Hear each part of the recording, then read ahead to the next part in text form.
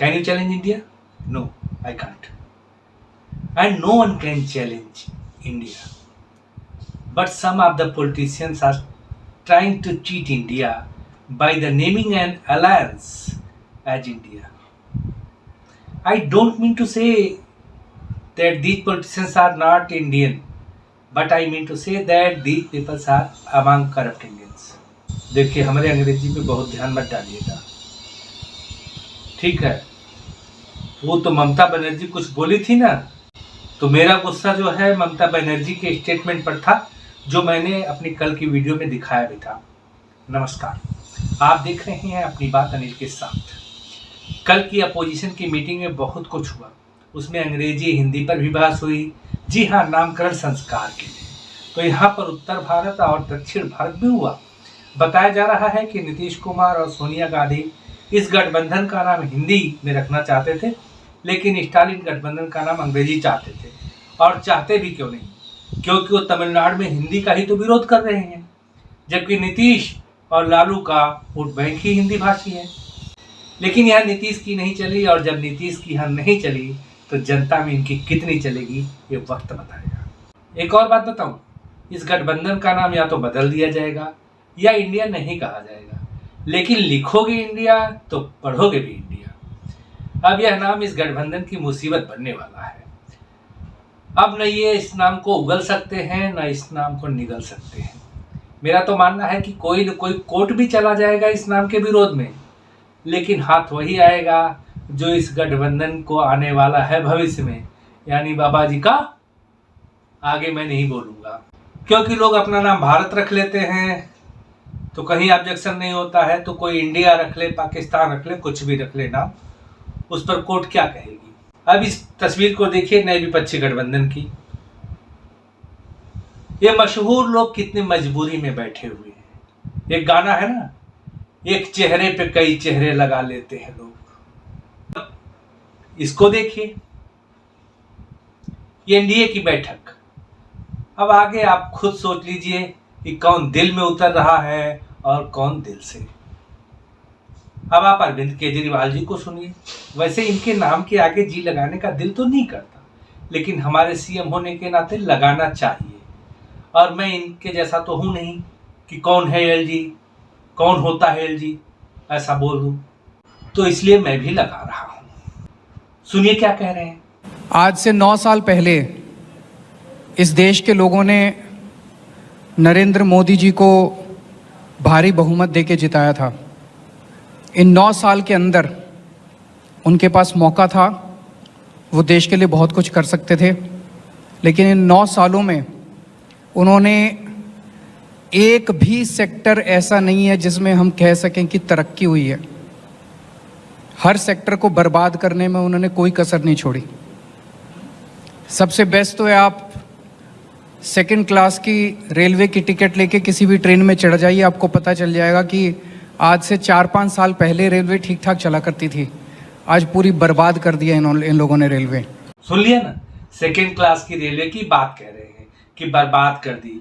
तो देखिए बर्बाद कोच की हालत कैसी है। इसमें लोग कितने आराम से लेटे हुए हैं, बैठे हैं, लेकिन इनको ये बेहतरीन कोचेज बर्बाद लग रहे हैं।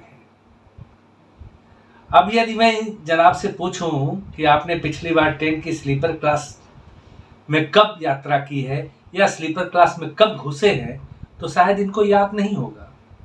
क्यों? ये तो 45 करोड़ के शीश महल में रहते हैं, और पहले नहीं था। जब से पंजाब में इनकी सरकार बन गई है तो चलने के लिए भगवंत मान का जहाज इनके पास खड़ा ही रहता है। हाँ, जैसे पंजाब की तमाम सिक्योरिटी इनके पास है तैनात।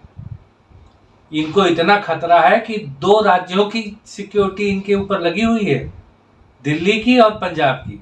तो इस जहाज में चलने वाला स्लीपर क्लास में क्यों जाएगा? लेकिन बयान तो देना है।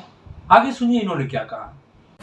इन्होंने इकोनॉमी बर्बाद कर दी, इन्होंने रेलवे बर्बाद कर दी, सारे एयरपोर्ट बेच दिए, इन्होंने जहाज बेच दिए, आसमान बेच दिया, धरती बेच दी, पाताल बेच दिया, सब कुछ इन्होंने अपने लोगों को बेच दिया, कोई कसर नहीं छोड़ी।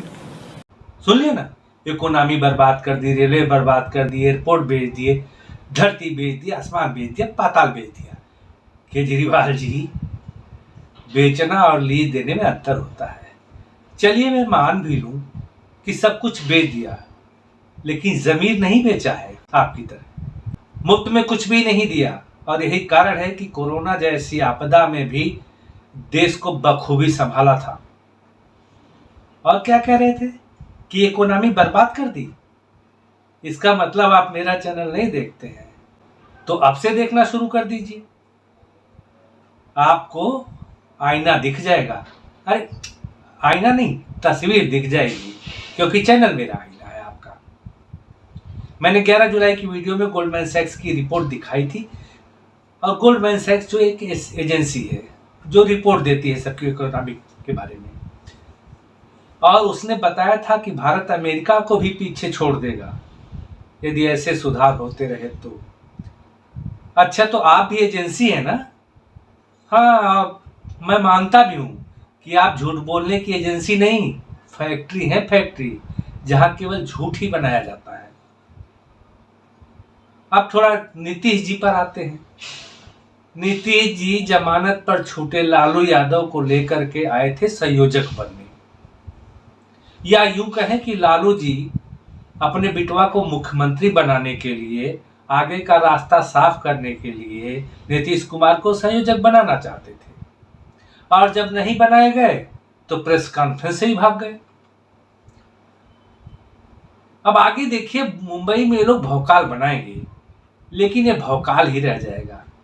इस गठबंधन की प्राइम मिनिस्टर की उम्मीदवार तो ममता बनर्जी ही हैं, बाकी जिसको जितना उछलना है उछलता रहे। अब आते हैं नामकरण संस्कार पर। अलायंस का नाम इंडिया रखा क्योंकि इनको भारत से नफरत है। क्या कहा, मैं झूठ बोल रहा हूं? तो खुद देख लीजिए कि सोनिया की जय हो रही है, लेकिन भारत माता की जय बोलना मना है। आप खुद देख लीजिए कैसे रोका जा रहा है।